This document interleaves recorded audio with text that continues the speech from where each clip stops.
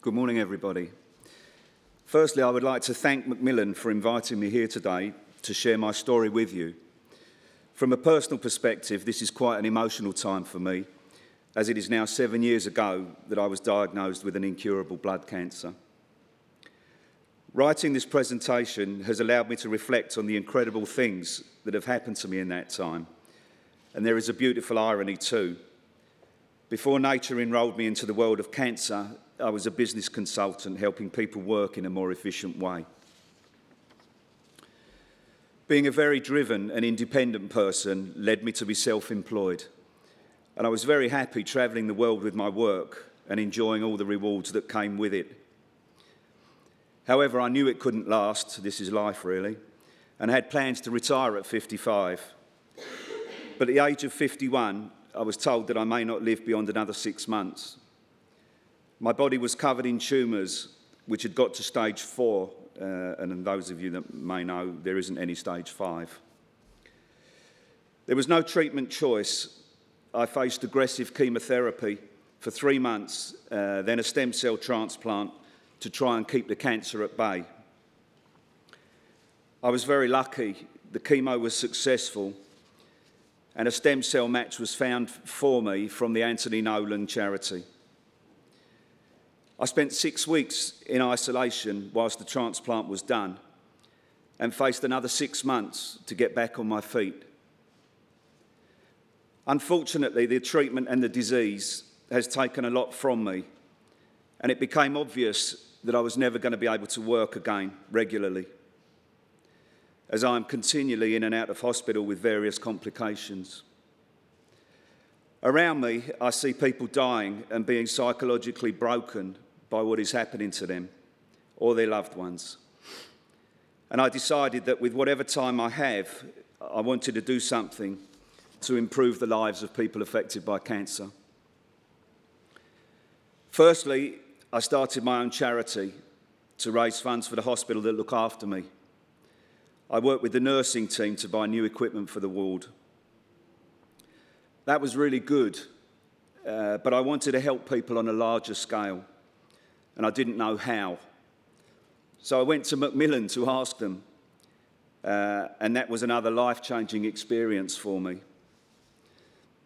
I started volunteering at their head office, and they put me onto a course to learn more about cancer and its effects.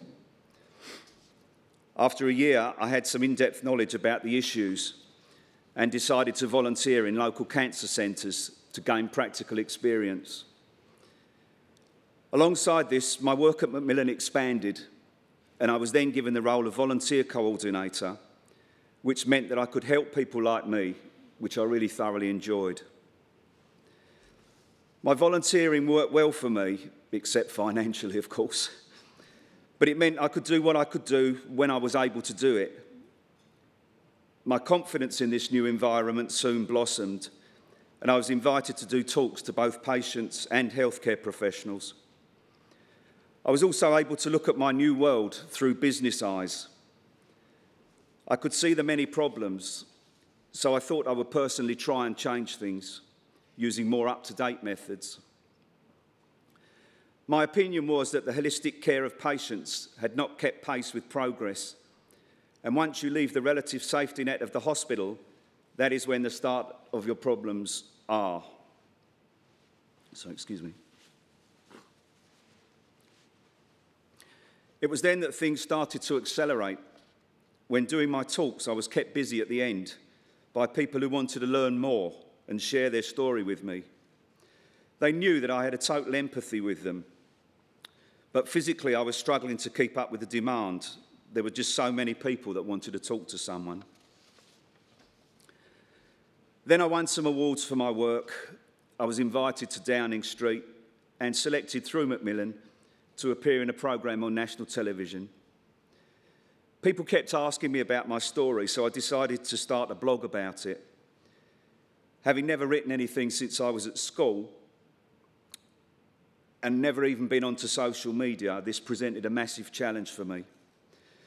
But after consulting some knowledgeable friends, we made a start. I wasn't writing about me, but about the issues people affected by cancer face. and this seemed to stimulate demand. The more I wrote, the more people read it. Demand increased, and I had to take to Twitter to work alongside my blog. Since then, it's been a crazy journey. My blog is used as an official resource around the world and is read by clinicians, patients and charities. I now work remotely with people affected by cancer across the globe.